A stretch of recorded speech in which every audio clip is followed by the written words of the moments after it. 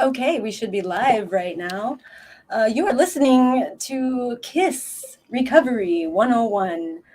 We are on week 3 here. I'd like to introduce myself, Bridge Recovery. Hi, Bridge.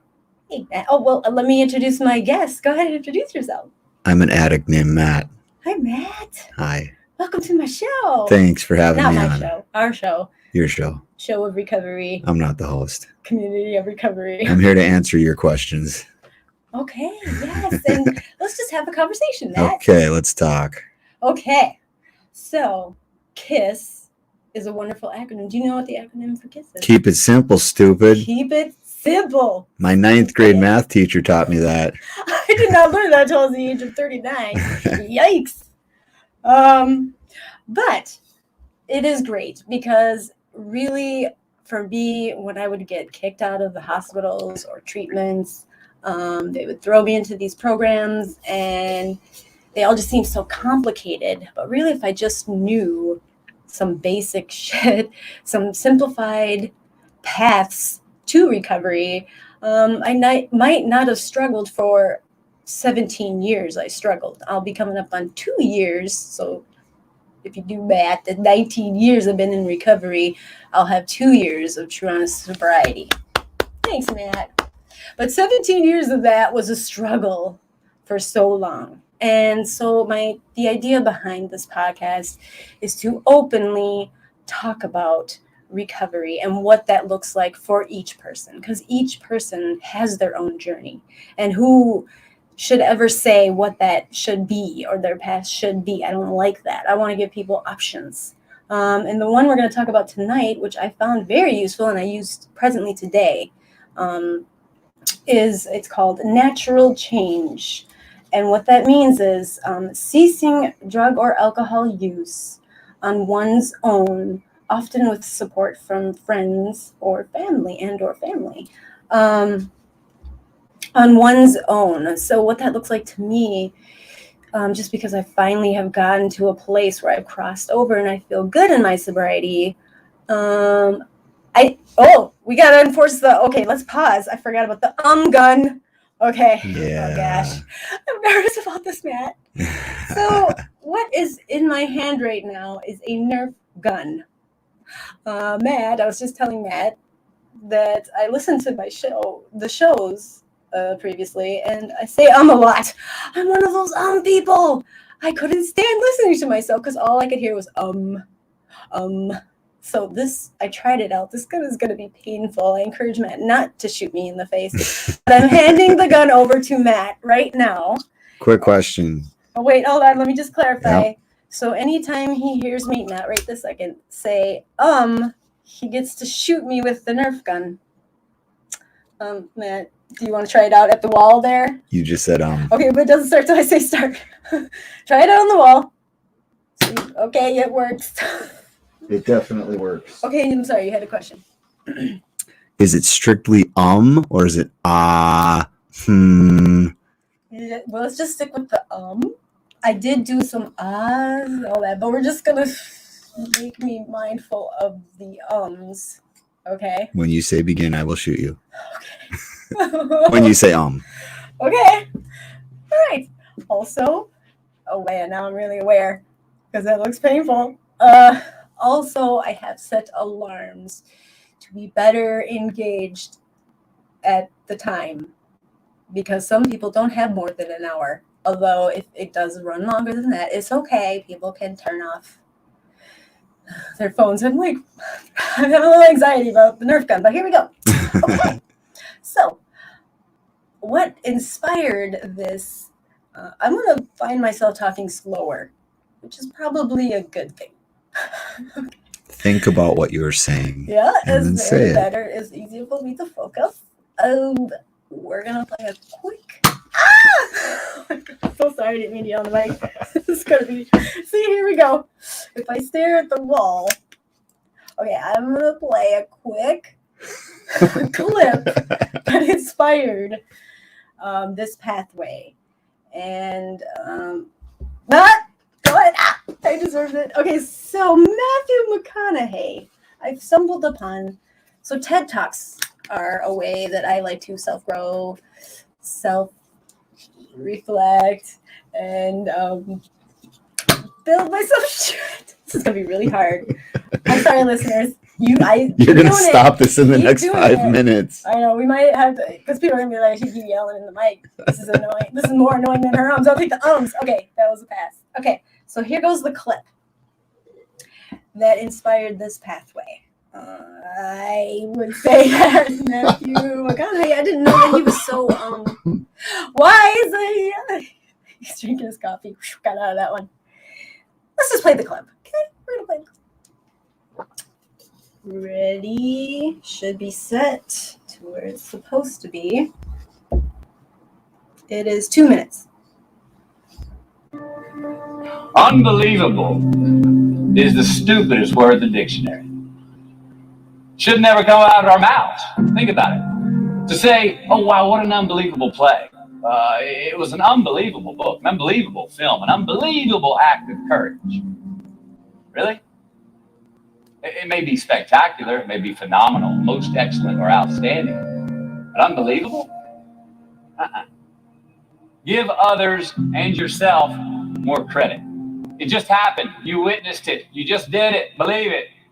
Give your obstacles credit. That there's a responsibility to freedom and that there is freedom in responsibility. And that earn your way there. We remember the stuff we earn, the stuff we experience more than what the teacher tells us or what someone gives us for free. We just do. We broke a proverbial sweat on it, whether it's mental or physical or whatever. We built it. We understand. We felt how we got it, how we achieved it, how we got what we wanted.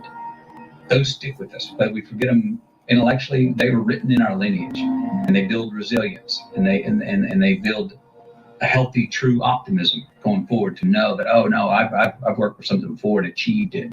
Delayed gratification.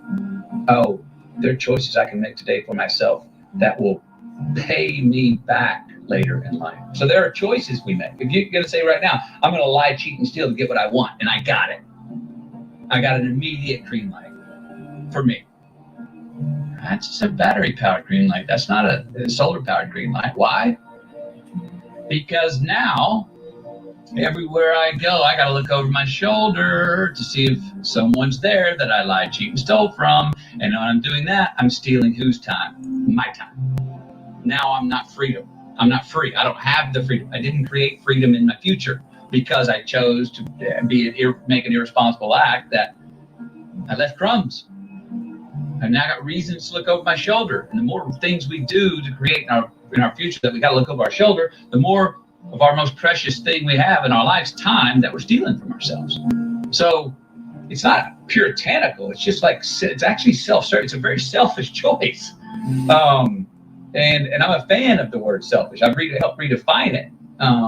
But I believe that there are selfish choices we can make that are the most selfless, that there are selfless choices that we can make that are the most selfish choices. Those two are not a contradiction, and we see them that way. Responsibility is appreciation of a past. It's building of a lineage. It's investing in ourselves. It's investing in something we started to build yesterday that we want to take into tomorrow.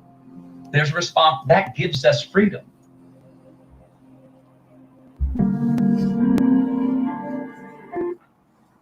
Don't you love that? Good stuff. Good shit. So, how about you do some talking, Matt? What do you want me to talk about? Well, let's just go off of what Matt McConaughey just said. Working on today, future goals, starting with tomorrow, but down the line. But I guess I would just pose a question to you. Where it stands today, what inspires you to keep going forward? Hope for better things in the future. I think the most inspiration, you'd asked me before this podcast what inspirational quotes or books or talks I had that we could talk about. And those aren't the things that really come to mind.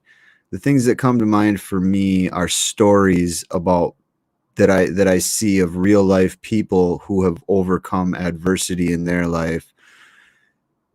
A lot, I mean, I see a ton of people in recovery that have overcome their addiction, and a different life, whether it's crime or whatever it is. But people with debilitating illnesses or losses of limbs or things that should have killed them or circumstances that would have taken out most people, those are the things that inspire me. I like seeing real life stories of people that have overcome things, that have defied the odds, that had a goal, that had a vision in mind, that wouldn't let anybody tell them no, that they couldn't do it, or they just would just keep going and keep doing what they felt was the right thing to do in their heart. Mm-hmm. Those are the things that inspire me. Absolutely. So, can we back up? Can we go into your past a little bit? Were you ever in the muck of it? Would you say, because I can speak for myself, I was in a spot, well, several times, where it was quicksand, and it was really hard for me to get out. I didn't, it was really hard for me to trust people, A. And B, so that my support group, I didn't have anything, and it was really hard for me to trust people. And even when I started to trust people, I had burned so many times that I wouldn't reach out. So when I was in those really hard, dark times, I would, I saw the gun. I had to get out of my house, because if I got stuck in my head, that was when, and still today, that's a struggle, my own worst enemy. Now, are you talking when you were using, or when you were clean, or when you were not in recovery? 17 years, it was ups and downs, but in the darkest of dark moments, for me to even get out, I literally would have to connect with people. I'd have to interact with people. I'd have to force myself out of isolation to do that. And how I did that then was meetings. All the meetings, any meeting I could find. It wasn't accessible. There was no Zoom back then. So I would walk into a lot of meetings in different states of mind and physical conditions. But it would take that one person that cared enough to walk over to me and ask me how I was doing. Because if they didn't, I would leave that meeting and I would go back to my shithole and I would hate myself. So for you... Let me just comment on what you're sharing right now. That's what I love about meetings. The meetings that I've been to in multiple various different 12-step fellowships, even church groups, things like that. Anything that has anything to do with recovery, self-help, bettering yourself, finding more meaning in life. Those places seem to be very welcoming atmospheres. I go to a lot of Narcotics Anonymous meetings. In those meetings, we say the newcomer is the most important person at any meeting. We say that, and then we follow it up with, because we only keep what we have by giving it away. But because, like what you're talking about, going to a place where you don't know anybody, no matter what state of mind you're in, to have somebody reach out to you and just come and ask you how you're doing, to me, that's why the newcomer is the most important person at any meeting, because they don't know anybody there. You don't know whether they've got 20 years or they're high right now. Whatever the case may be, it's important to make somebody feel welcome and feel like they belong and feel like it's a safe place to share, and that they can relate to the people that are there. And that's what I love about meetings. So and to find that hope and to keep coming back. Yes. Even if it's just a hug or something someone said, yes, that kept me coming back. And what you're talking about getting out of isolation, that really made me think about what I was just sharing on this at a meeting on Friday night about like what I believe human beings are created for. We're created for relationships with each other, with our higher power. And without that, when I'm not having any type of relationship with other people, with my higher power, then I start to get into a dark place, and I start, I can convince myself of anything, good or bad. And the more I'm by myself, usually the worse things get. And I need other people to assure me that I'm not as terrible of a person as sometimes I tell myself I am. And realistically, most people tell me I'm a lot better person than I think I am. And it's hard to believe sometimes, but that's one. Thank you. That's one of the things the program has taught me, is just keep doing. My dad has told me this a lot for a long time, just do the next right thing. And that's something you'll hear a lot in recovery, is just do the next right thing. And I don't know exactly where that originated, but probably the big book. That's where most recovery stuff originated.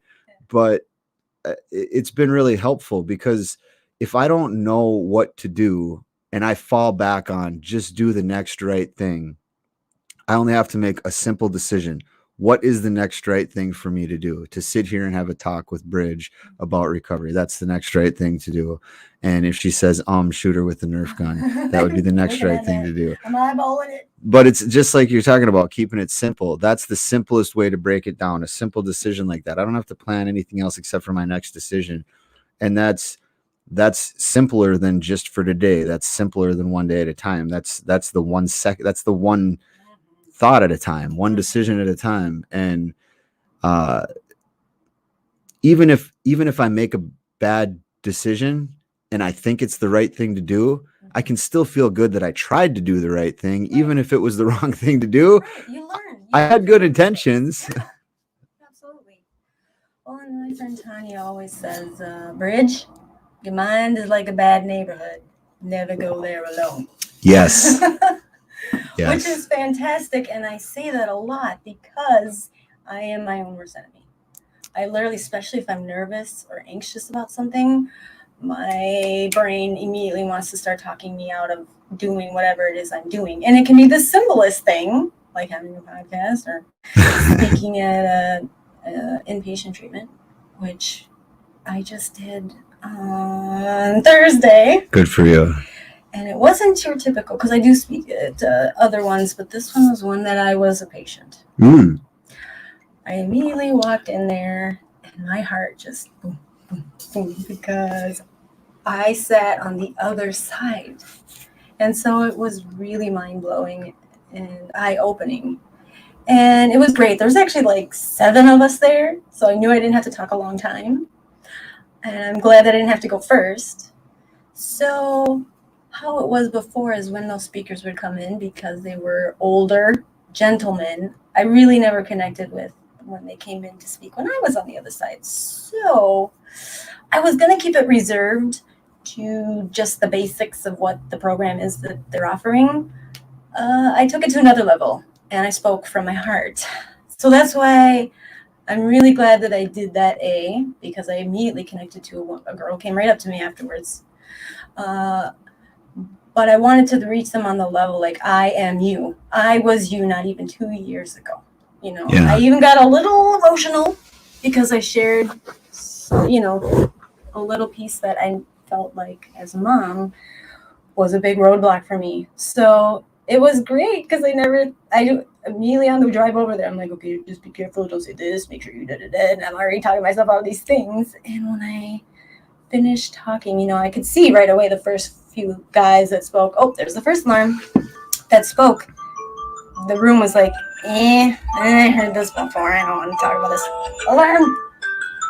I love that you did that, and what you're sharing right now. For anybody that's listening, if you haven't done service work, if you haven't ever shared your story, if you don't think you have a story to share, you do. Everybody in the world has some story to share.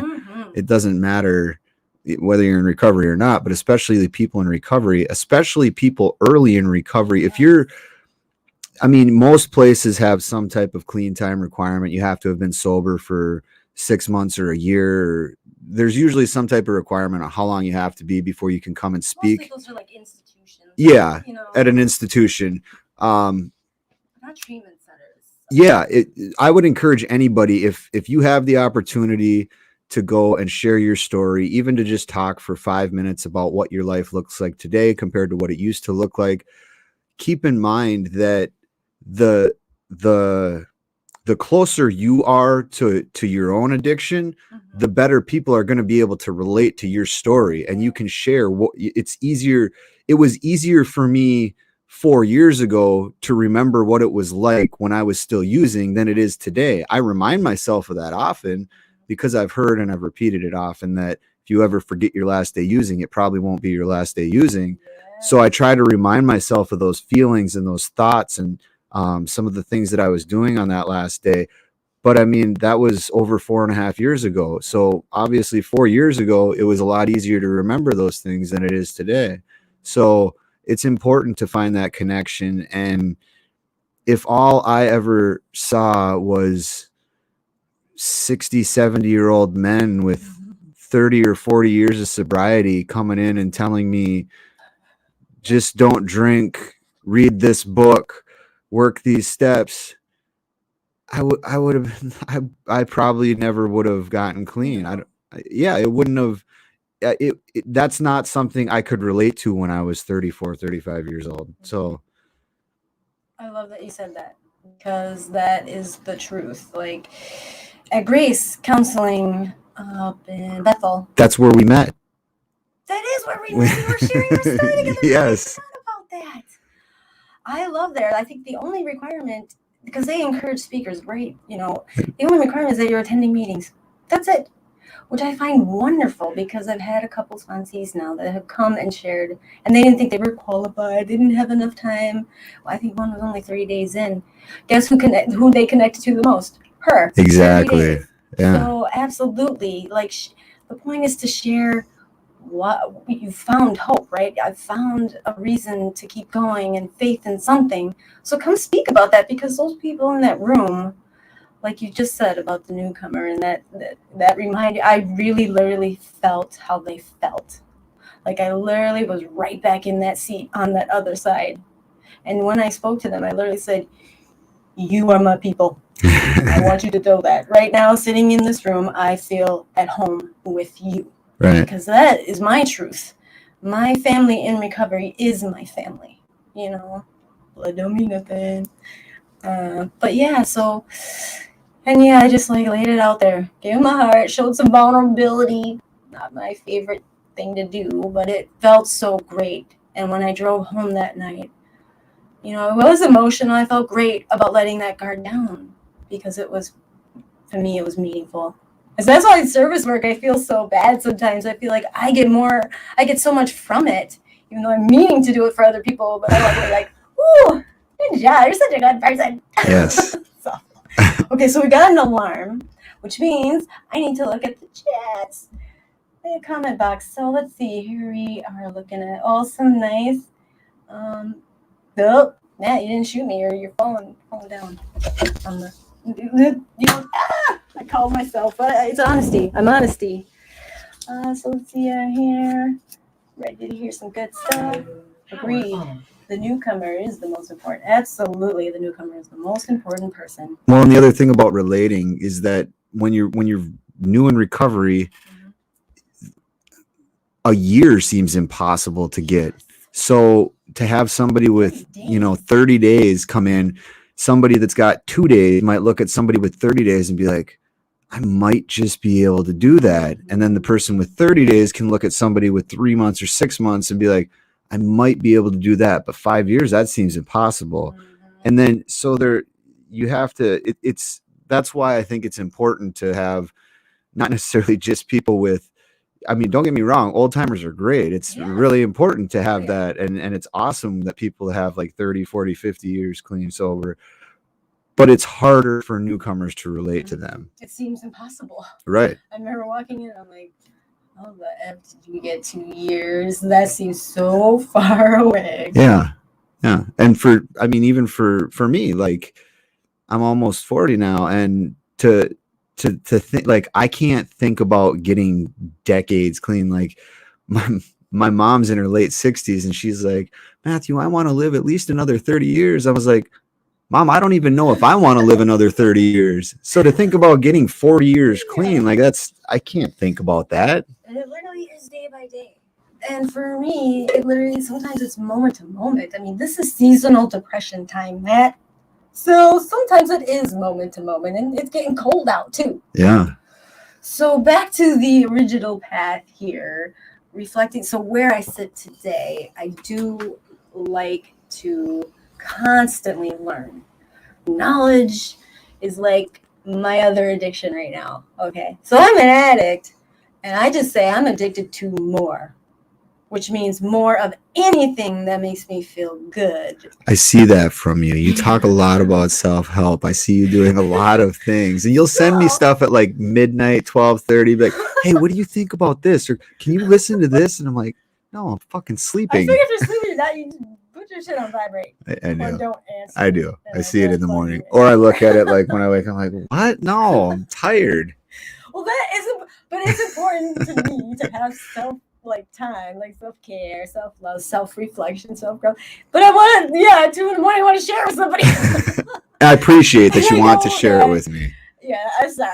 We also met at a Saturday night meeting that's at 9:30. It goes really late sometimes. So in my head, when I first started connecting and hanging out with you, I thought that you were just a late owl, night owl person.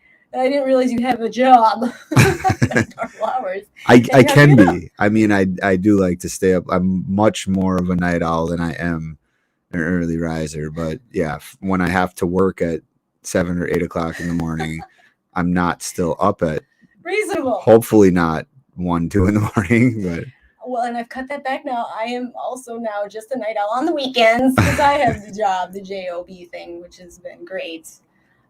Again, though, a lot of that was self-growth. I'm proud of you. Thanks, man. Mm-hmm.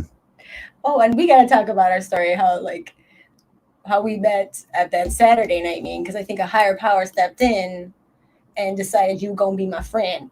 Okay. Whatever, man. Oh yeah, that's right. I saved you. You remember that? You ran out of Red sailboat? antifreeze. You thought it was like some code or some funny little thing, and I'm like, no, there's a red sailboat on my dashboard, Matt. Help! Yes. Okay, let's do the hot and heavy questions. Let's just get those out of the way. Get it. So you're not stressed. Let's get it. I'm not I'm stressed. stressed with this gun. I see that. I'm squinting like a dog. Like, I'm not going to shoot you in the face. Do something. Okay. So I write them down on my little notepad, and I don't really think them through. If they sound good, they come to me. I write them down, but they're meant to be. I'll tell you if they're bad questions. Okay. Yes. Okay. Honesty. True honesty. But I do want. Honesty without compassion is brutality. Oh yes, that's a good one. Oh yes, the quotes. Throw those at me all over the place. That's how I sound smart, Matt. When I go anywhere, I'm like, oh, I got this quote. I say them so much that they're just locked in. So question number 1. Oh, and the reason for these questions are there might be people out there asking themselves those questions and need an answer. So just give them your truth, Matt. You ready? Yes. Shoot. Question number 1. If you came with a warning label, what would it say? Does not play well with others.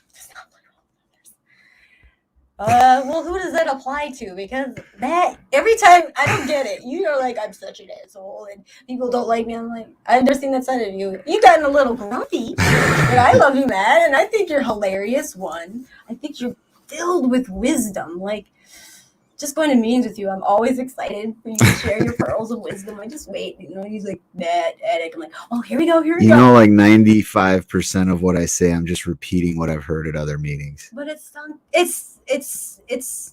lodged in your brain That's enough true. that you don't just repeat. You're right. You've embellished those things, and they've stuck in me. A lot of the things you said. See, I write it down. I have my pen and paper. I think you're pointing out some of my character defects right now. Maybe it's just that, like, I have low self-esteem, so I look at myself as, yeah, I can be an asshole, but I look at myself as I'm always an asshole, and like I don't get along well with people. That's your inner mean girl, Matt. But I was talking about this last week. But even though if I actually spend the time to sit and think about it, the vast majority of times that I'm interacting with other people, whether it's in person, talking to them on the phone, like I can be a nice human being and I can communicate well. And it's at this point in my life, it's very far and few between. I think it's that inner dialogue. Like we believe whatever we tell ourselves. And it's, I think I've been telling myself that for so long. And I was like that for a long time. And it's taken a lot of work in recovery. And I even started, I think, when I was still using to try to change, because I didn't like being an asshole all the time. It wasn't serving me the way it used to serve me. But it's really hard to change things when you're using a lot of mind-altering substances. So, yeah, I think maybe that's probably. So read the question again. I'll try to answer it better. Okay. More good. More gooder. If you came with a warning label, think about this. You know, in the future, if someone were to meet you brand new, okay, just a nice little warning label, what would it say? May cause hurt feelings. May cause hurt feelings. That's a reasonable one. But everybody does that. I do that. Yeah. Yeah. But you know what? If the person on the other side cares, they'll be like, well, what do you mean by that? See, it's just a warning. It's just a warning. Heads up. That don't be too sensitive around me, because I might and probably will hurt your feelings. But not on purpose. Usually not. Yeah. Sometimes. Sometimes on purpose. I have this problem myself. I accidentally hurt feelings, but that's why I openly say, open communication. Tell me I hurt your feelings so we can talk about it, because that is not my intention. Yes. For the people I care about. Now, if you're going on another side, there's those people that you mean to, you know. Yeah. Yeah. Okay, I see what you're saying there. Yeah. If somebody's just being a complete douchebag, I'm going to try to hurt their feelings. That is what I won't say. Just maybe they needed to hear that. You know, somebody's typing you in to speak for them, and they needed to hear that day. We'll go with that. No. Sure. I'm being honest with you. Your dark side, and I don't want to. It makes me scared. Yeah. Because you will hurt my feelings because I love you so much. But we don't talk about it. Yeah. I might give you a few days, and I'll be like, calling you up. So what happened the other day, man? You really hate me? Okay. Well, let's move on to question number 2. Ready? Yeah. Ooh, what is your biggest fear? For the vast majority of my life, I said failure. And I realized that I'm not really afraid of that because I've failed so many times at so many different things. So I changed that a few years ago to not reaching my potential, because I've been told most of my life, you have so much potential. You're so smart. You could do anything, blah, blah, blah, blah, blah. And I didn't believe it. And I still don't really believe it. But I also know that I am capable of a lot more than what I'm doing. And one of the things that has plagued me in recovery is feeling like I'm not where I should be. But I also am learning patience. I've never been a very patient person. So trying to be okay with where I'm at the same time, while at the same time striving for something better. Does that make sense at all? It makes sense. Okay.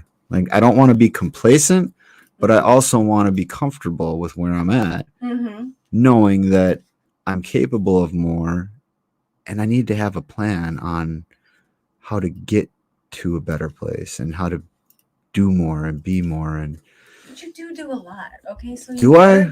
Do I do a lot? You do a lot of service. Not anymore. I pulled back from all my service work. Things. No, I still see you around. I'm around, yeah. You're here. This is service. This is service. Sure. You don't know. It counts. Service from me, Matt. It counts. It definitely counts. Okay, last question. If you died tomorrow, who would step in? Who would step in and, like, if you were gone tomorrow, who would step in and handle your shit? All aspects. What shit? So, Like so this my finances, I wrote this question because I my had to think about this question. kids. Yes. So let me answer the question. Yeah. And I didn't think it through because I didn't really want to turn this on myself, but I'm going to. So I thought about it. What if I did unexpectedly die tomorrow? The sad part is, the reason I pose this question is because I need the answer, Matt. I don't know. I don't have any set people that would come in and handle my kids. I have 5. So I don't have one person.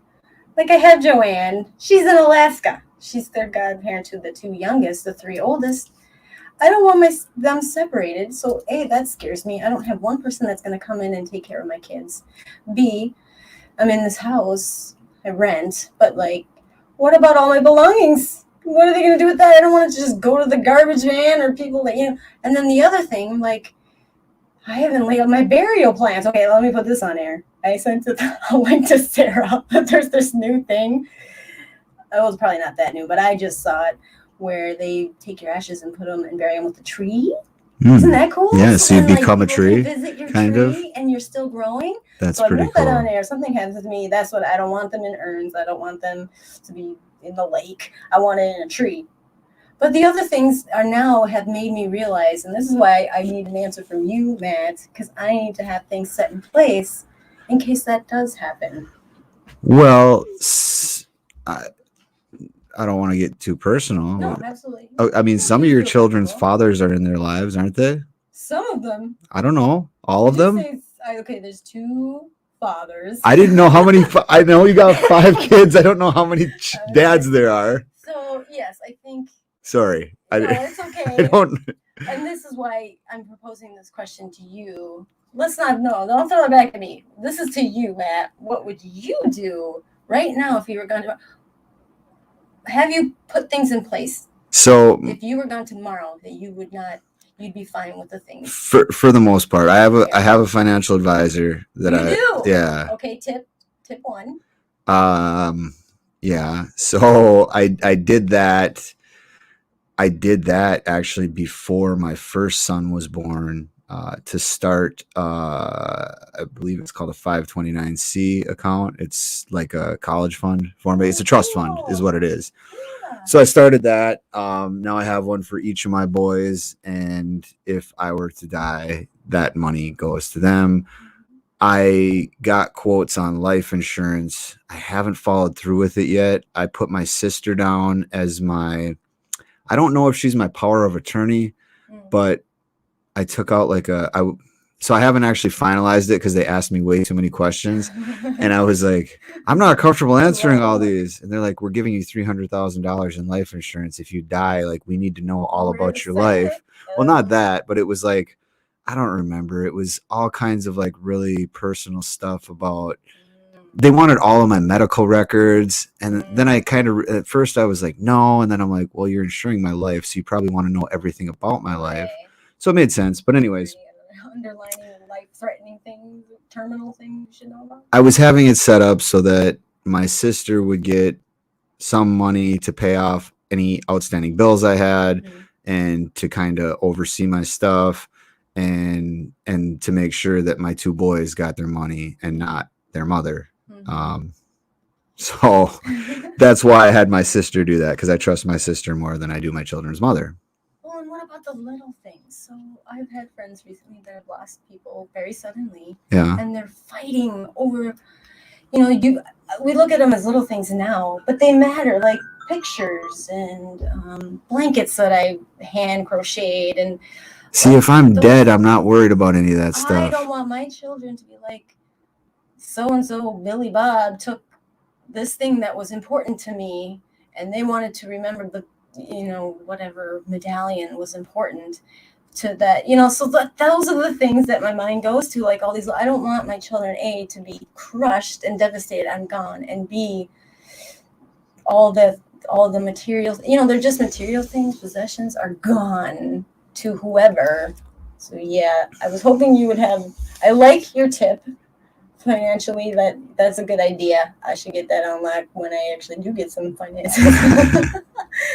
But just even my car, my kids are attached to that car for whatever reason. We all ride in it together, and Well, you can write a living will and yes, like just take all the stuff that has some importance to you, personal possessions, your car, and write it down. And I think you can just have it. I don't know if you can have it notarized or if I don't really know. I have. notarize my own shit. I don't I know don't if you think that's legal. can. I don't know if you can do that, but I've had multiple family members encourage me to do that, probably because they could see that I Yeah. was living in a way that my life might not go on for too long. But I have never actually gotten around to doing that and mainly because I was setting up the things that really mattered. Like I wanted to make sure my kids were taken care of financially, Right. and that they didn't.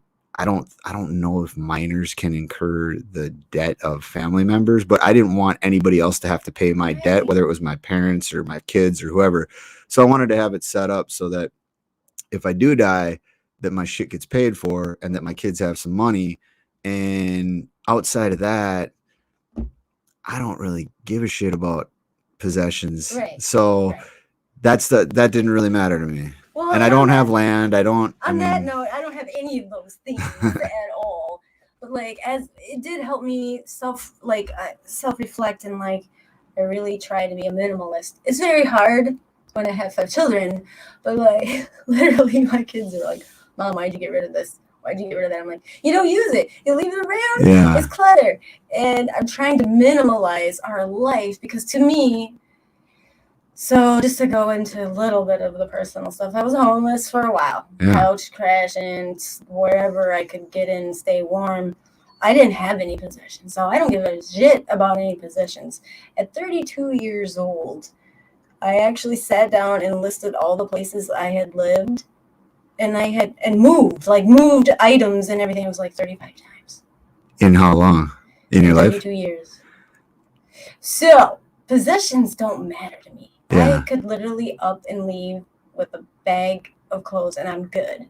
But I feel for my children and for people that care about me, those things might matter to them when me as a person isn't here. And maybe that's just a talk you have with them. Mm-hmm. Be like, hey, I'm not going anywhere, but if I ever did, just think about a couple things that you would want, and I'll write it down and make sure that if I ever die, you get them. I just realized this is a very dreary conversation. But it's important if it's on your mind. Yeah. So that, what K.I.S.S says is doing these things today to build a legacy.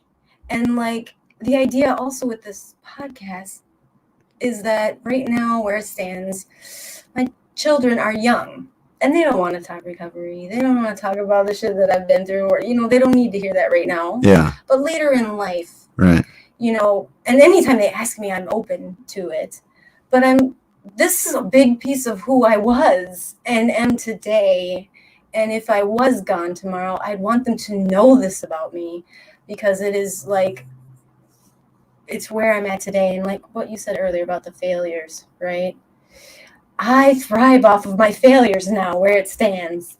I'm in this great, thank you, Matt. I'm in this great state of mind where it's right here. I shouldn't even tell you where that bullet is, but it's right there. Thanks, Bridge. Thanks, Matt. If it's something that's giving me anxiety, right? And I know it's not just a stress thing, it's just a fear based on my own inner mean girl, I say yes right away. And I find that because of that, overcoming any of those fears of failure, I might have stumbled, and my story or whatever I did might have come off as not the way I wanted it to go, but I take that failure and I grow from it and I learn from it. And there's great TED Talks. Actually, Will Smith is really inspirational when he talks about failures and all that, of how he really jumps into those and likes almost the way I can't play it right now, but it makes it sound like it's such a positive thing to fail, because it's just going to up your level of life and help you grow more. It is a positive thing to fail because it means that you're trying. Yes, never stop trying. And that's where I connect a lot with newcomers, especially in the groups and the meetings I go to. I share about all my failures so that they can see that you can overcome the failures. I did. I lived through them, and it is possible. And it's literally, for me in the beginning, it was like hour to hour, day to day. Like I couldn't even think about weeks or days ahead because I was so wrapped up in my own head of guilt and shame. So Brene Brown is a wonderful person. She is. She's great. got I think 2 good TED Talks that I've heard. Yes, at least one on Netflix I heard too. That's where she got really recognized. I haven't seen She helped that. me see the difference between guilt and shame. Yes, Now, we talked about this on a previous podcast. Do you remember where the difference is? Yes, guilt is I did something bad. Shame is I am somebody bad. Yes. And I heard, man, I can't remember where I was listening to that, but I was listening to something else about this too.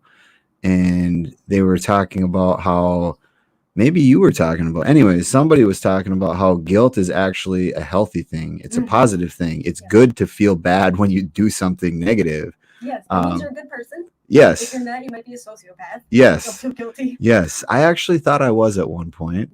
I thought I remember when I started learning what a conscience was, I told my dad I didn't think I had a conscience. And he said, well, if your dog died, would you feel bad? I said, well, yeah. He goes, well, then you have conscience. I'm like, oh, okay.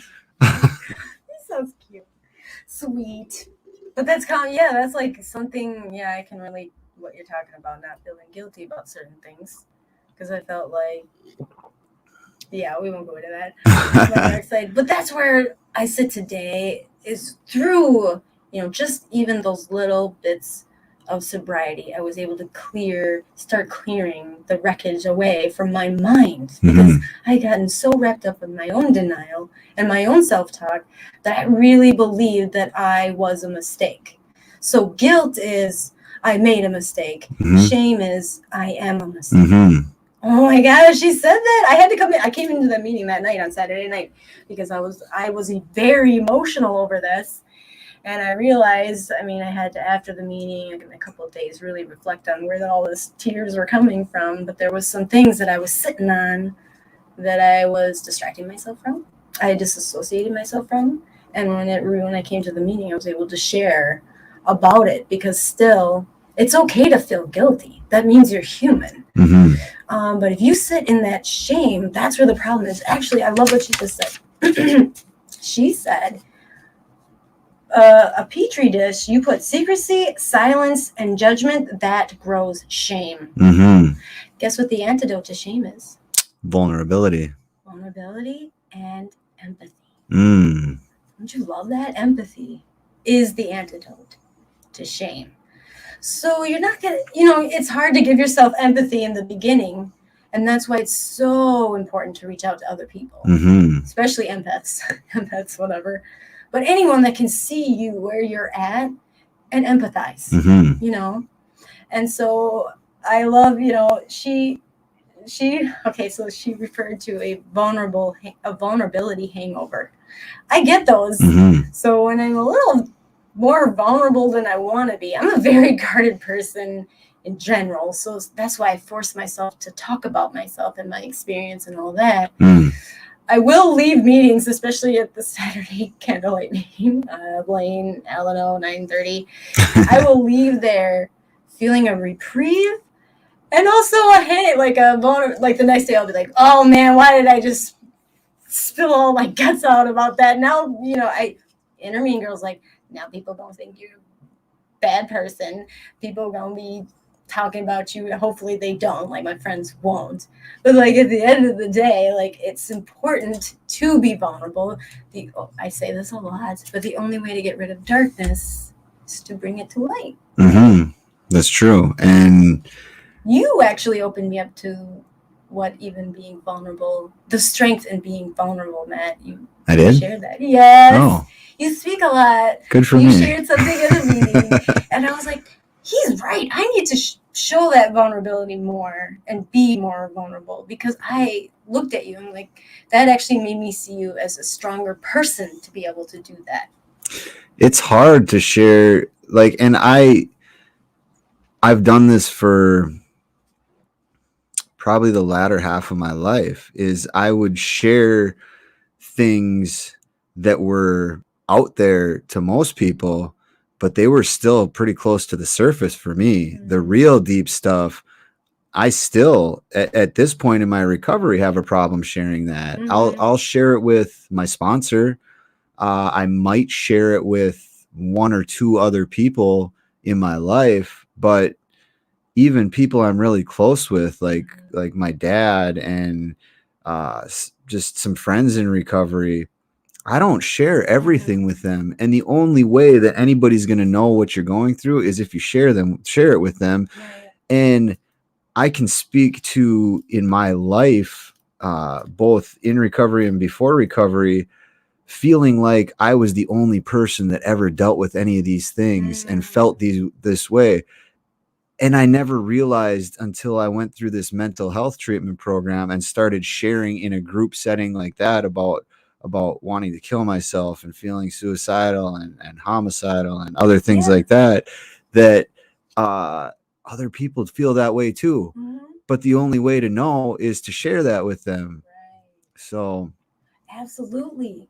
Well, and for me, mental health is so key. Like, I need that aspect of like, yes, the meetings, I like to go and vent, just on my regular shit, but I like seeing a therapist that is knowledgeable on these things, and to go and at the end of the day, okay, so I saw different therapists for many years. It wasn't until I found the most recent one who does DBT. So there's actually direction in when we would meet for an hour, because going and sharing these things, yes, is so important. But finding solutions, that's what I personally needed. I needed her to hear my shit and be like, okay, well, let's look at what we can do about it. There would be one time she would draw a chart. We would do a chart, and she would write down these thoughts, these actions, these things that I did. And then, the board would be filled by the end, but she would literally go through it and show me. I could see that spiral, that downward spiral, how I came to that point where I got to where I was using again. Does that make sense? So amongst other things, for me, self-reflection, at the end of the day, I like getting other people's wisdom. I like finding what's out there, because now everything's out there. But learning what's going on with me and sharing it with other people, like you said, because then they might be able to A, pull me out of it, or B, connect with it. Well, we're built for connection. I don't remember if we said that at the beginning of the podcast, or were we talking about that before? Connection, yes. Was it on the podcast or before the podcast? It could have been before. I don't remember. What is it? The opposite of addiction is connection. Yeah. 100%. Where are we at a time? Probably at like 9 o'clock. Okay, we got some comments here. Let's see. I'm going to read this one from a Facebook user. This is amazing.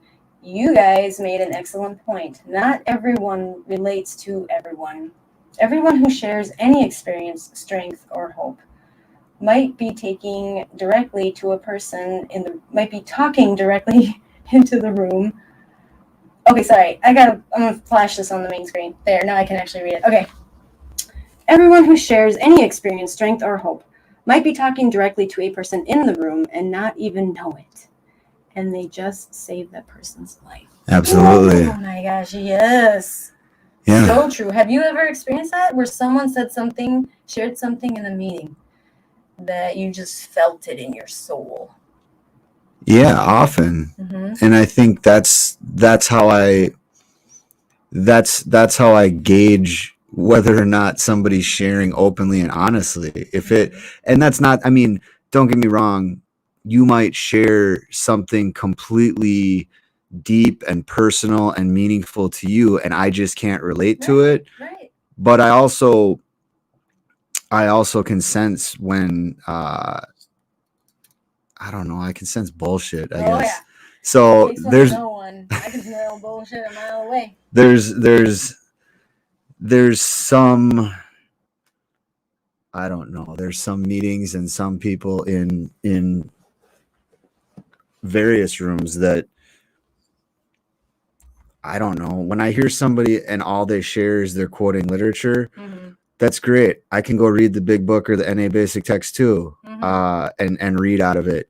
But that that doesn't do. I mean, that does something for my recovery. But you're not sharing anything new with me when all you're doing is quoting literature. Right.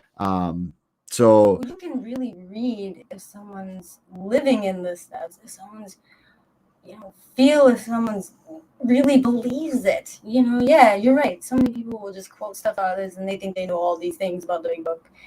But when I hear someone like Pam from Blaine, I was a crying, whatever mess the whole freaking time. And she just walked up to me and she said, Bridge, feel your feelings. And the moment I was like, what?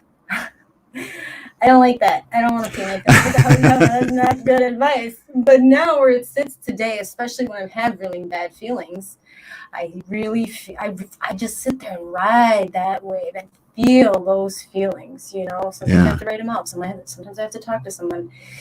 But I know it's temporary. And I know that feeling will pass, sadness, anger, whatever. And she's right. She was right. Feel your feelings. Get them out. Feel them all over the place. Because afterwards, and I feel better again, I'm like, see, my ass day is over. I can do this. I can keep my shit. Because the biggest thing I say for me in my sobriety is that's one thing you can't take away from me, my sobriety. Because I've had everything taken away from me. A lot of things I took away myself, my dignity, my respect, my self-respect, my self-love. So where I feel like I've been able to get those things back is taking my sobriety so seriously to the point where that is the only thing you can't take. For me, it's powerful. It is. You can't take that power away from me, because the minute if I go back into that ditch, everybody's got all the power. Everybody's got all those wolves that just like stand over me, waiting for me to fail. Will jump right in if I fail. And that's why, for me, it's almost easier knowing that all of these things can be taken away. Whatever, fine, that's what it is. But the sobriety thing is my choice. And you can't take that away from me. Do I look angry now when I say that? You look passionate.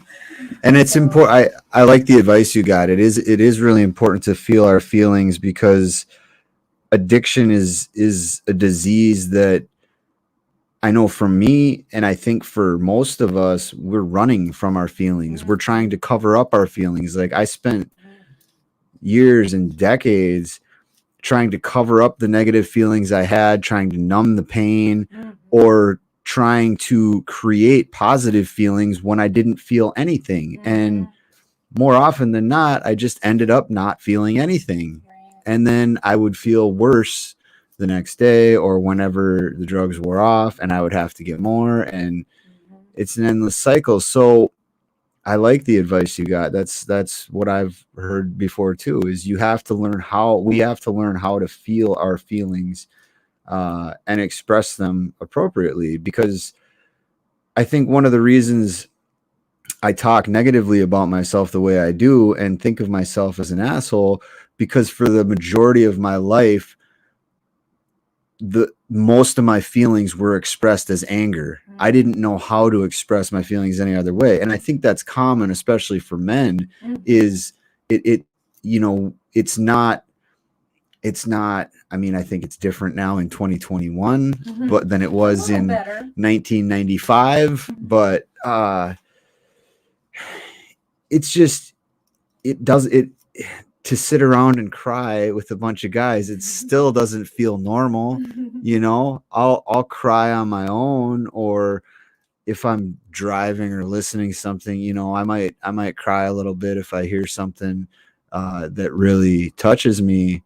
But to do that in front of somebody else, well, and it's unfortunate, because that's like a social thing, that's a cultural thing. Like, it's weakness for men to be able to, express their feelings, And I think that actually makes you a lot stronger if you're able to express them. Yes. For me, especially when a male is confident enough to openly be vulnerable, to cry or just share those feelings of, I think that's strength. I look at that person and I'm like, that's something I, amount to be. That's what I want to be, like that open. I mean, I immediately will, A, will hug you.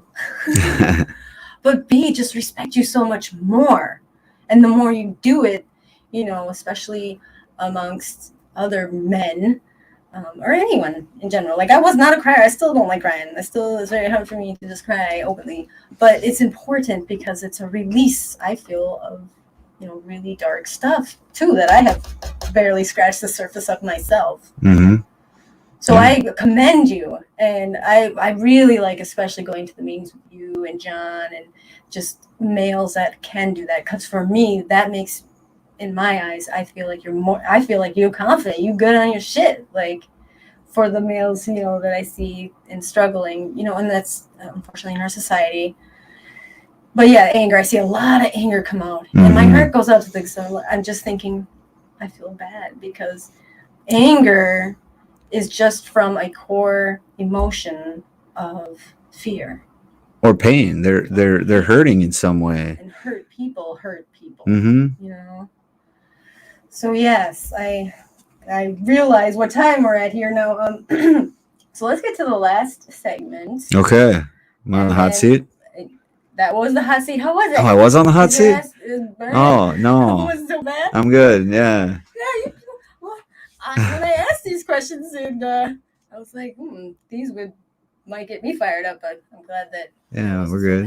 You cooled off now? You ready? Yeah, I'm cool. Because now it should be entertaining. Let's do this. So this has been entertaining. I appreciate this. Facebook memes. You ready? Yeah.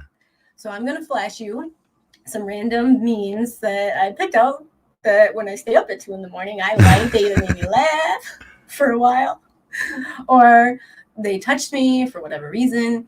So like Facebook Live, though, you are going to thumbs up if you like them, or, laugh emoji, heart emoji, whatever they offer on Facebook. Okay. And comment, too. Okay. You ready? Yeah. Okay. Let's do it. I have to, reread them before I flash into you sometimes because I don't remember. For our audience members, she's got these printed off on paper. She's showing me memes that she printed off. Cool. Are you ready? I'm ready. Read it out loud, Matt. Those people who tried to bury you didn't know you were a seed. I like that. I love React that because I've posted that before, so I will share that. I will share that again. I screenshot the ones I like. Yeah, that's all I got. I don't have a comment on that. Those who tried to bury you didn't know you were a seed. Oh yeah. Okay. I'm so dating myself. 9 days. Okay, ready? Yeah. I think hilarious. Okay, so it's a picture that says sobbing. There's a guy, mostly bald guy, crying in the shower. It says, me, I enjoy being single. I can go anywhere and do whatever I want. I don't need someone else to be happy. Also me. And then there's the picture of the guy in the shower crying, sobbing. It says at the bottom, this is my life summed up in a meme. Sometimes it's me, man. Depending on, I don't know. Right now, I think I would react sad to that. Really? Because that's sad to me. But just give it a couple more weeks or months, I promise. Depending on where I could either react laughing or sad. And I might comment, I feel this. Oh, I like that. Well, you remember me, 2 months ago? I remember you 2 months ago. I was a little sad mess. Yeah. And now I can laugh at that shit. Okay. Okay? Okay, here we go. So we've got a picture of two pears. One is partially rotten, one is completely rotten. And at the bottom it says, being too close to the wrong people can ruin you. Yeah. I would react to that. Okay. Any comments? Not really. I mean, it's obviously true. I guess who you keep around you, right? Yeah, absolutely. It's funny because somebody in the last week or two was talking about how right our parents were when they used to tell us, be careful about who you hang around. You'll become like the people you hang around. And like, it's interesting. The older I get, the more those stupid sayings that I heard as a kid growing up are real to me, and I see why they get passed on, because it's true. Like, you become like the people you hang around. Absolutely. And like, I describe them as dark cloud people. If you hang around a barber shop, you'll end up eventually you'll get a haircut.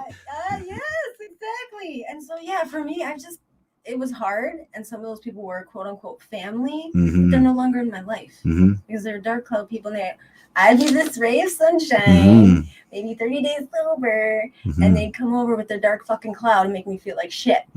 So yeah, they're not in my life anymore. And guess what? Most of the time, Matt, I'm a ray of sunshine, right? You are a fucking ray of sunshine. That's when my ugly side come out. Saturday nights? Saturday night. Yeah. Candlelight. Yeah. I call that my vento dump all meeting. Yeah. I try to share wisdom. I don't see the ray of sunshine when you walk in the room. I'm like, what is wrong with Bridge right now? Weak. You've actually, it's up to me, not knowingly, but I hate when people say this. You look really tired. I am tired of the BS. Okay, here's this one. I avoid online dating sites because they match you up with people who share your interests. I don't want to go out with a weirdo. I would laugh at that, and I would probably comment, I feel this in my soul. Yeah, but I read this and I'm like, oh shit, yeah, I am that weirdo. Yeah. I just out hating. Yeah. Okay. I like being a weirdo. This one I like. Yeah. I flashed this on my 24 hours recently. Sit with warriors. The conversation is different. I would like that. I do like that. Don't really have a comment for that. It's just it's very similar to the other one about it's the positive version of the other one about people that will ruin you. Well, yeah, and like for me, that's why I kind of like in my inner circle, I like to have people that are into service. Yeah. Because that's where it's at for me right now. Yeah. You know, and there's like a big world of family of recovery, right? But we're all on different paths and journeys. And right now, like my path is the service path. I'm addicted to service. I don't care what you say about it. Yeah. But if I hear someone like service work, I'm like, ooh, you're coming in my inner circle. You're mad. I think it's very important. Often. So I don't know if you've ever heard this. I know you love quotes. So here's another good one for you. Comparison is the greatest thief of joy there is. And I struggle with that because I find myself comparing myself to other people like you in the program that are doing all this service work. And I just don't have that desire anymore right now. I had to pull away from service work because I was having negative I didn't feel good about it like I used to. So I had to take a step back, and what I have to tell myself is that's like, you're at a different place now. That's where I just got a job, man. I know, that's awesome. But I did not have a job before. Don't ever compare yourself to me. I know, but you understand what I'm saying? Yes. Okay. Yes. And you have 4 years, right? So that's double my time. And now that I have this job, right? Luckily, it's a job that I love, so it's not a job. But I have had to step back a lot away from the stuff that I was doing, and the things that I've been able that I keep are those commitments, luckily, that I made. So from the 60 to 80 hours of service work a week you were doing, now you're only doing 30 to 40. Something like that. Okay, last one. Oh man, I don't know. I feel like you're in a soft place right now. I don't know, but I thought this was funny. What happened to these ride or die relationships? Did you run out of gas? Did you run out of gas? I would laugh at that. I do laugh at that. And I don't really have a comment for that. There was this one person that flashed to me that was like, ride or die. Wait, what's up with this ride or die chick thing? Like, can we stop and get tacos? Like, do I actually have to die? So I do have another. This isn't like my Facebook comment to that, but I will make a comment to that. Yeah. I've been talking with some of my close male friends recently about how I've been feeling down over the last 6 months to a year about I desire stronger connections and better friendships, and like I want to spend more time with my friends, but I don't feel like they necessarily want to spend time with me. And I started to realize it's because sometimes, a lot of times, I've been this angry, aggressive asshole, and I don't want to be that person anymore. And I've been working on making changes, and the realization came that, like, do you want to hang around with somebody who's always aggressive and angry and mean? Like, no, you don't want to hang around with somebody like that. So why would they want to hang around with you? So my point to that is, I'm trying to become the type of person that I want to hang out with. And I find like the type of people that I want to hang out with are happy, upbeat, positive, joking, smiling, laughing. Those are the kind of people I want to be around. So that's the type of person I need to be if that's the type of person I want to be around. And I don't want to be fake. Like, I'm not gonna be fake with it, but at the same time, I can't. And it starts with what I tell myself in my own head. I have to be more positive inside my own head if that's how I'm going to show up to the world. So. Well, and when I hear that, though, I also say if they're really your friends, right, and they're really there for you and they're really understanding, if you show a little vulnerability and just say, hey, I know it may have been an a-hole in the past, whatever, I don't feel good about it, and I, maybe apologize. I don't know what you're talking about, Matt, because like I said, I've never really seen that side of you. But here's where I go with it. I would say, hey, sorry if I kind of was a jerk before. I kind of really need your friendship right now. Like, you don't have to say it in my words. I know I'm kind of cheesy a lot of times. My friends like that about me, Matt. But if I was having a heart-to-heart, I would say, hey, I'm kind of struggling a little bit, or not in a good place, and I'd really like your company. Would you hang out with me? Your friends will be like, hell yes. No, I get what you're saying. I will come pick you up. Let's roll. You and I are very different in that sense in our personalities. Like, Matt, if you hit me up and you were a dick to me right after we left the show, I would still come pick you up tomorrow because I know you're having a date. Bridge, you've known me for like 6 months. Still, that's qualified. No. I'm not saying you don't qualify. What I'm saying is you've seen you've seen a better version of me than how I've been over the years. Sure. So the friends that I've been friends with, like the vast majority of my recovery, and even people that knew me before I was in recovery, those people have heard this from me multiple times. Even people that I've known for 3-4 years, they hear me saying, I don't want to be an asshole anymore. I'd be like, yeah, how many times have you heard that from me? They're like, yeah, we've heard this before. Exactly. Okay, I feel ya.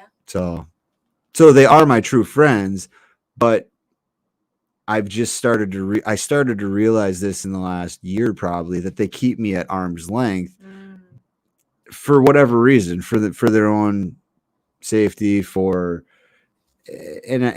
it took me a little while to realize that they're doing that, and I don't want people to feel like they have to do that with me. Sure. I don't know. We can get into all this, but yeah, let's try to end it on a positive note. Yeah. Like for me, if someone, and I do have friends like that are not necessarily pleasant to be around, I spend my time with them on the phone or hanging out or whatever. And then, I will take some space, like I am a positive energy person, but I can only people so much time. I can only give off so much positive energy before I become an a-hole. Yeah. That's why the Saturday night is good for me, because that's where I kind of had to overfill and of shit, and so I vent about it, and I know that you guys won't judge me when I come there. At least I feel that way. And well, the lights are off, so that helps too. You can't see my face if I'm angry or ugly crying. But I don't get offended, and hopefully you don't, if people just take a little space from me. Yeah. But I know, like, if I called Marcy, my sponsor, I know if I called Jessica or Sarah or my go-to inner circle people, Matt or John, when shit hits the fan, you guys are the ones that I call first. It Yeah. takes me a long time to pick up the 1,000-pound and text you that something's going on, but I will do it. And you guys are always there to the capacity that you can be. I mean, you were just in Vegas, so obviously you couldn't just. So things must be great right now because I haven't heard anything from you for a while. Yeah, man. I can't follow you anymore. So let's. Oh, go ahead. Say something. Last thing I'll say about this is, in my defense, You're defending yourself? in my own defense, some of the ways that I've acted around these male friends that I'm talking about, it gets in when I find when I'm around guys, it gets played up. You know what I mean? Like, it's funny to be an asshole, and it's fun to joke around like that. And like the guys that I go and work out with, and that other guys that lift and stuff, like it's. But you might be crossing some lines. It's not like it's not like a tough guy contest, but it kind of is. Like who's bigger and stronger than who. Yeah. There's some of that, you know, and it's fun, but at the same time, I feel like that might be compromising some real relationships, you know. Yeah. And I don't want to feel cool and funny and bigger, stronger, tougher than the next guy. I would rather feel more connected with the people around me. And that's the realization I just came to in the last, 6 months or so. So. Okay, let's clarify this defending thing. Were you realize I was defending you? Yeah. Were you just defending you against you? Yeah. You were just debating me. I'm defending you. Yeah. You, Matt. So yes, you definitely have some inner mean girl stuff you got. Yeah. I'm gonna send you some more videos tonight, Matt. Okay. Do it before midnight, so I actually watch them. I will send a lot. I can't guarantee that. Okay, so I have a final quote. Okay. Matt, thank you for joining me. Thanks for having me. This has been fun. This has been fun. Live on the air, and this is recorded, Matt. Yeah. So this is part of your legacy that you will leave. So even if you haven't talked to your kids about it, this is something that they will be able, if you're ever gone, this is something that they will be able to listen to. Funny. Yeah, sometimes. Exactly. She had yokes. Yeah. You know what yokes are, right? Jokes? Jokes that are only funny to you. Did you just make that up? No, I say that all the time. Oh, okay. Okay, you ready? Final quote to end the show. Let's see. Let's see. One of the users. Let's see. Terry. Do we have a Q&A from? More comments. My warning label would be loves too much. Or not at all. Ooh. That's a good one. Cause the same person put that? Me. Yes. Okay. That used to be me. Loves too much or not at all. Yeah. I could shut you out. No in between. Or I could love you until you're sick of me. Yeah. I'm trying to find the balance. I'm working on the balance every day. Let's see. Moderation is difficult for addicts and alcoholics. Oh my gosh, yes. Not just with using things, moderation in anything. Just make a balance. Yeah. Book. Yes. I'm writing and reading and. Did you do your assignment yet? Not all the way, but there's so much good stuff, and I have to highlight and stop. And I have ADHD, man. So look at this. It goes into crazy places. It's good. But I'm getting there. But the one that I was going to bring up tonight that I've been showing. So words matter. Big time. They're so powerful, right? And so there's this great book I keep trying to get you to read, maybe. Maybe it's not you. Somebody else. I keep bugging somebody to read the 4 Agreements, okay? Because in the 4 Agreements. I'm trying to get you to read any book with me, Matt, so we can talk about it. I like to have conversations with you, obviously. Yeah. You're on the air. Yeah. But thank you. I was in the booth. I know. I felt it. I got like 3 shirts on too. Okay. So the 4 agreements, the first agreement is to be impeccable with your words. Yes. And how they talk about how words are so powerful. And on the flip side, they can be so poisonous and toxic. And they shared the story of a little girl, and I pictured my daughter, who sings, and she sings all the time, and she's like 10 and has a beautiful voice. And one day her mom comes home, and this is the person that loves her the most, right? Didn't even realize how much her words would affect her. She had a rough day. her daughter's singing. She's trying to talk on the phone, and she said something like, this is in the book, said something like, will you stop singing? You have a horrible voice, or just something like that. To get her to stop singing. What she didn't realize was that planted a negative agreement. There's thousands of these in us right now. This is what the book says, and I agree. There's a lot of bad agreements I've made with myself because of these people and these words. And so this child never sang again. She could never sing in front of people. She felt like that was the truth. And that was an agreement, unfortunately, that she's made. So what's great about it is there's these 4 positive, great agreements. And the first one is to be impeccable with your words. And so this quote ties in why words matter and are so important. Okay. Words are important. If you want to care for something, you call it a flower. If you want to kill something, you call it a weed. Don K.I.S. That was his quote. But that is so true, right? And I just picture that story. For me, yeah, before anyone would say anything bad about me, I was a bad mom, I'm a bad friend, I'm a bad sister, bad wife. Like, I believed that. I got to that shame point where I believed I was this horrible person that shouldn't be here no more. And I had to go into dark places to get that awakening.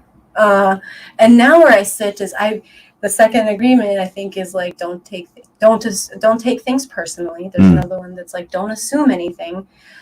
And everyone is just in their own dream world. Everyone's in their own world. Okay. So anything that someone says to you likely is something that's actually going on in their own world. So now if anyone says anything negative to me, I'm thinking, ooh, what you got going on inside you? There's something going on. I do not take that personally. That's good. Because like someone did mention that, and then once I heard myself saying it, I was like, oh, that's just truth. Like, the what thing? The thing. Oh, yeah. Over and over again. Well, and I think what you're talking about as far as taking on the negative things we hear from other people, the negative feedback, that comes down to identity. When I don't feel confident in who and how I am, whatever somebody else says about me, I'm going to take that a lot more personal because I don't necessarily know who I am. So if you say this is who I am, then be like, oh, that must be who I am. Yes. Good point. And good point to wrap it up with it. These agreements, these awful agreements I had, I didn't flip that around now where I stand today, and I don't take what people say personally anymore. It's because I actually fucking love myself, Matt. That's awesome. I can look in the mirror and I couldn't look in the mirror before. Yeah. Like, it was like I couldn't even look at myself. And now I look at myself, I'm like, I had to hang out with me.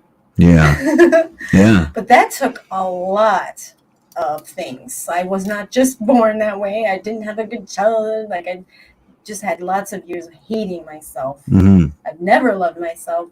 And it took me 39 years to finally love myself. So, yeah, my daughter's like, you queen, Mom. And I'm the princess. That's awesome. So she gives me all the love. But anyway, I could ramble on. Yes. Well, what do you think, Matt? How was the show? It was fun. I'm glad. Laid back. We're in the meditation room. It was cool. Yeah. If I'm going to be honest with you, I was a little bit dreading it. You like bring coffee. I'm like, I can't turn on the coffee machine. We're going to be alone. I have plenty of coffee. Coffee. I don't know. I'm good. Coffee. This was fun, though. This was good. I'm glad I came and did it. And thank you for having me. Hopefully somebody out there got something out of something we said. Oh, who cares about them? I got something from my Matt. Well, good. That's all that matters. That's all that matters. I mean, yeah, that's a great point, Bridge, that, you know what, whether anybody else whether even you got anything out of this or not, I had fun with this conversation. Yeah. So fuck everybody else. Yeah, that's right. See, that's the side of me that I'm talking about, you know? Right. Okay. Peace, love. And thank you, listeners, for joining us. And I'll see you next week. Quick, and broadcast.